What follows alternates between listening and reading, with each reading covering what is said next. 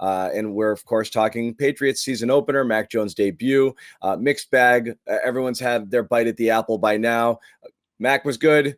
The game sucked. After a benefit of having a day to kind of let things marinate a little bit, Greg, I know what you wrote at Boston Sports Journal. Praise for Mac, coaches, and the overall game plan here. This was a game they absolutely just kind of gave away. Yeah, I mean, at the end of the day, John, I just thought that, look, supposedly this was an upgrade in quarterback, which it was. I mean, Mac played really well. Rough start with his first play, but other than that, I thought he played great. Spent a bunch of money in the offseason, new receivers, new tight ends, a lot of pieces on defense. Had a really good productive draft. Looked like, impact guys really early. And they go out there in a common opponent, a team that they beat soundly with Cam Newton in the opener last year, and a team that your quarterback, Mac Jones, was better than the other quarterback. And it all felt very 2020-ish to me. It felt exactly like if you just swapped out Mac Jones or Cam Newton for Mac Jones, like it would have been the same exact thing. It would have been a lot of the same output. I mean, I don't think Cam Newton comes close to winning that game. That's not what I'm saying, but I think you get my point, which is like they did a lot of business to end up in the same place in this offseason, and there's really no excuse for them to lose that game. Yeah. And I put a lot of it on the coaches. They were not ready to win that game. And I can't tell you which individual coaches. The defense wasn't good enough. I thought Josh McDaniels was a little conservative. Now, was that under the direction of Bill Belichick? I don't know.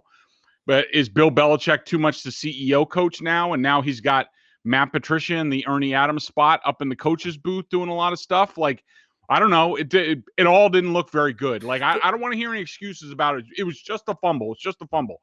I mean, come on. Don't give me that. Like, are you telling me that if the Patriots score there, they're going to stop the Dolphins? They didn't stop them when it counted all day. And guess what? The Dolphins had 1st and 14 on their own 5 with 3.5 minutes left. You had 3 timeouts. You couldn't stop them.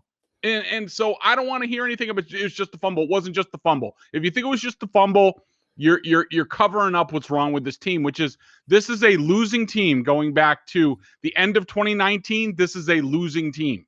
Well, and you wrote it over at BSJ. And again, everyone should head over there and subscribe. $39 a year, 11 cents a day. The best Boston sports coverage in town. But I mean, just going through the stats, first downs, 24-18, double the rate of third down conversions, nearly 400 yards to Miami's approximately 250, 74.4% of passes, Miami's 59%, the time of possession, 14 minutes more.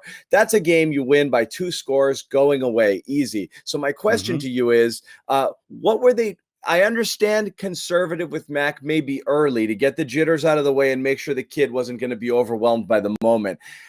You had issues both offensively and defensively with the coaching, but wasn't it very clear fairly early on that Mac was fine and you could do other things with him? I don't understand, and I'll go back a couple of plays. The last points the Patriots scored on that field goal, where Mac misses that throw to Jacoby Myers out in the flat on third down. They had to settle for 3. Running on first and second down there just seemed uber conservative. And it seemed like that was kind of what they were doing the whole game, is managing it, trying to keep it close, trying to not let things get away from them instead of trying to win it. Yeah, I don't know what went into that. And of course, Bill Belichick isn't going to give us any answers worth of crap to really tell us what was going on. I'm sure he had his reasons, and I would be delighted to hear them. Like, right. We were in shambles on the offensive line. We lost. I didn't feel confident in Ramondre Stevenson after his fumble. We were down to 1 running back. We wanted to shorten the game, whatever.